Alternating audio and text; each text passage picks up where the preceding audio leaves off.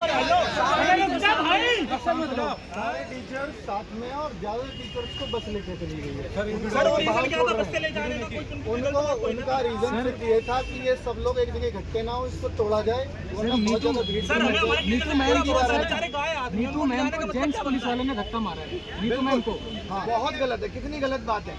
और ये हमें लगता है आपके पास से कि 220 रुपए में एडीक्यूटी पेपर कमा रही है, उसके पीछे की कितनी कमाई है आप लोग सोच नहीं सकते। सही बात है। और ये ऐसा नहीं कि खाली चेयरमैन और एडीक्यूटी की बात हुई और सेटल हो गया सब कुछ। इसकी जड़ें इतनी गहरी हैं कि उनको उखाड़ने के लिए बहुत मेहनत लगेगी। ऊपर से नहीं देखना है बस। क्या लगता है सर 2017 वाली लहर फिर से आएगी क्या? कोई दिक्कत नहीं। अभिनय सर क्या लगता है 2017 वाली लहर फिर से आएगी? करना पड़ेगा। एक सिर्फ एसएससी नहीं है, रेलवे ले लीजिए, हर जगह दिक्कत है। फॉर्म भरने से लेकर के कभी फॉर्म सही से नहीं भरा जाता है, फिर प्री का एग्जाम। अब ये हालत हो गई कि एडमिट कार्ड आएगा नहीं आएगा ये नहीं पता।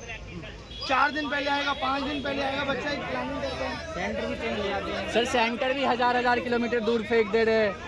सर, सेंटर भी चेंज हो जाते हैं। ये बहुत गलत है। ये तो डेमोक्रेसी की हत्या है भाई, लोकतंत्र की हत्या है। और कब तक आप जनता के राज को दबा दोगे? अब हम लोग डरने वाले नहीं हैं। सर एक बार सीपीओ के बारे में कुछ बोल दीजिए सर। अभी तक उसका सीपीओ रिजल्ट का नहीं रिजल्ट आया 2 साल से कब जाके बैठे हैं, किसकी जिम्मेदारी है भाई? क्या आपने एग्जाम करा लिया? फॉर्म लिख रखे हैं, एक भी मुद्दा नहीं छोड़ा है भाई।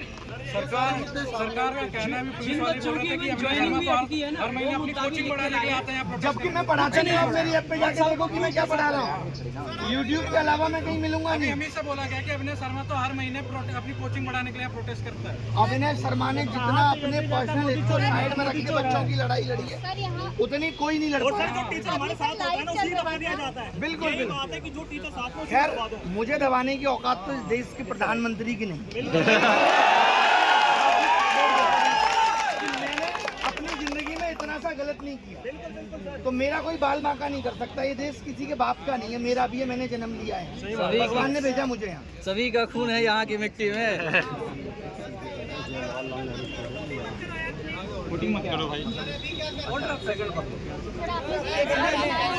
क्या चीजें आपने सबको जितना इशू हो सकते थे एसएससी जहाँ एक बच्चे का सबसे पहला काम होता है साइट पे रजिस्ट्रेशन करना, ओटीआर में इतने बच्चों का इशू था। उस दिन हम सीपीओ का मुद्दा लेके आए थे, लेकिन 10 बच्चे मुझसे आके ओटीआर के लिए मिल रहे थे कि सर ओटीआर में ये इशू है, ये इशू है। सर यहाँ पे आके उसमें 23,000 बच्चे नए फॉर्म भरे।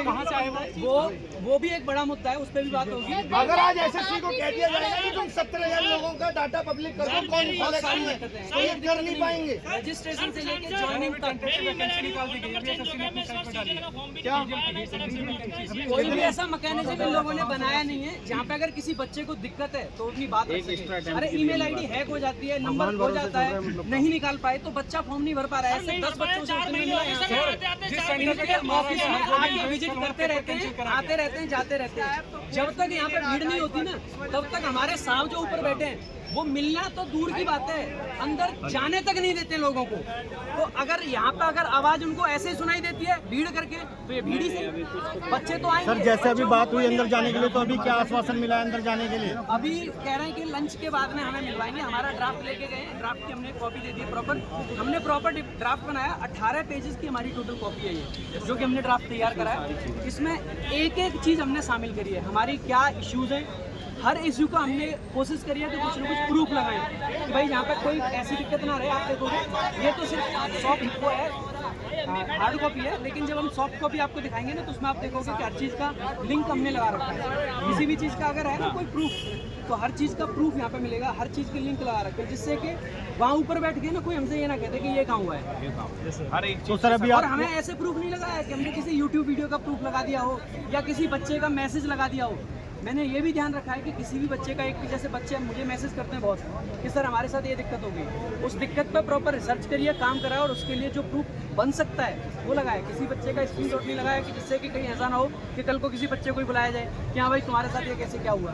तो सबको सेफ रखने के लिए चिंता ना करें, एक भी चीज़ ऐसी नहीं है जो कहीं पर गड़बड़ रहेगी। अभी आज शुरुआत है, अभी बात बहुत आगे तक जाएगी। बस इतना ही कहूँगा, बाकी सारी चीज़ें यहाँ पे रिवील नहीं कर सकता हूँ, कुछ चीज़ें ऐसी हैं। अभी ना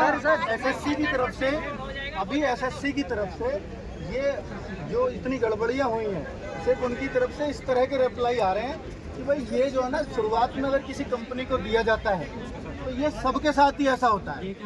तो अभी वो मानने को ही तैयार नहीं है कि जो बहुत बड़ा इशू और है। ये जो बच्चों का जो टाइम बर्बाद होता है, जो उनको मेंटल प्रेशर झेलना पड़ता है, उसका क्या? बिल्कुल, तो प्रेशर का तो सारा खेल ही है, तैयारी कैसे कर पाएगा बच्चा। और अगले जिनके भी एग्जाम पढ़ते हैं और वो लोग बिल्कुल। इतनी छोटी सी बात कैसे कर सकते हैं? दूसरा, जिन बच्चों के भी एग्जाम अभी 15 दिन बाद होने, 1 महीने बाद होने, 2 महीने बाद होने, 6 महीने बाद होने, उन सबको किसी को विश्वास ही नहीं हो पा रहा है कि अब मेरा एग्जाम फेयर तरीके से हो भी पाएगा या नहीं हो पाएगा। क्या ये एसएससी चेयरमैन की जिम्मेदारी नहीं है कि इन बच्चों का भरोसा जीते? उस वजह से हम लोगों को आज यहाँ पर आना पड़ा है और बहुत सारे टीचर्स को डिटेन उन्होंने कर लिया है, जो बहुत गंदे तरीके से डिटेन किया गया है। मतलब टीचर को भर भर के उनको थप्पड़ लगे, मतलब जेंट्स पुलिस वालों ने लेडीज टीचर पे, नीतू मैम को उन्होंने, हाँ बिल्कुल, यहाँ तक आप देखिए ना, वहाँ नज़ारा अगर आप देखते तो बहुत बुरा हाल है। जो बच्चों के साथ भी नहीं होना चाहिए, वो टीचर्स के साथ है। ये तो सब सरकार की नाकामी है सर ना, ये तो सरकार की नाकामी है।